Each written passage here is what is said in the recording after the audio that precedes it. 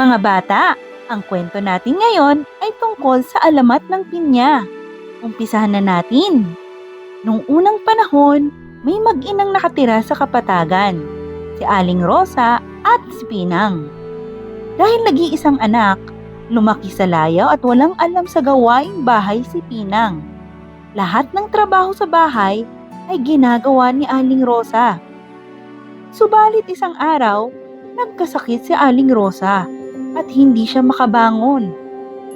Kaya nakiusap si Aling Rosa kay Pinang na magluto ng lugaw. Subalit dahil walang alam, nasunog ni Pinang ang lugaw. Tumagal ang sakit ni Aling Rosa, kaya napilitan si Pinang na gumawa ng gawaing bahay. Pero panay naman ang tanong niya sa kanyang ina. Nasaan po ang walis? Nasaan ang sandok? Hindi ko po makita ang palayok. Dahil sa inis, napagsabihan ni Aling Rosa ang anak. Hay nako, Pinang! Puro ka tanong.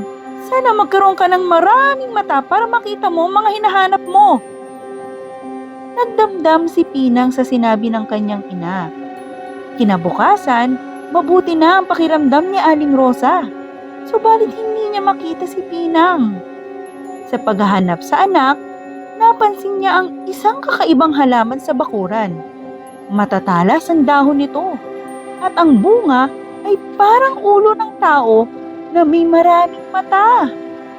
Naalala tuloy ni Aling Rosa ang sinabi niya sa kanyang anak na sana ay magkaroon ito ng maraming mata. Nanlumo si Aling Rosa at napagtanto niyang si Pinang nga ang halaman. Kalaunan, tinawag ang halamang ito na pinya. O mga bata, anong natutunan niyo sa ating kwento? Tama! Tumulong sa gawaing bahay para lumaking may alam sa buhay. Yan muna ang aral natin ngayon. Hanggang sa susunod nating kwento. Paalam!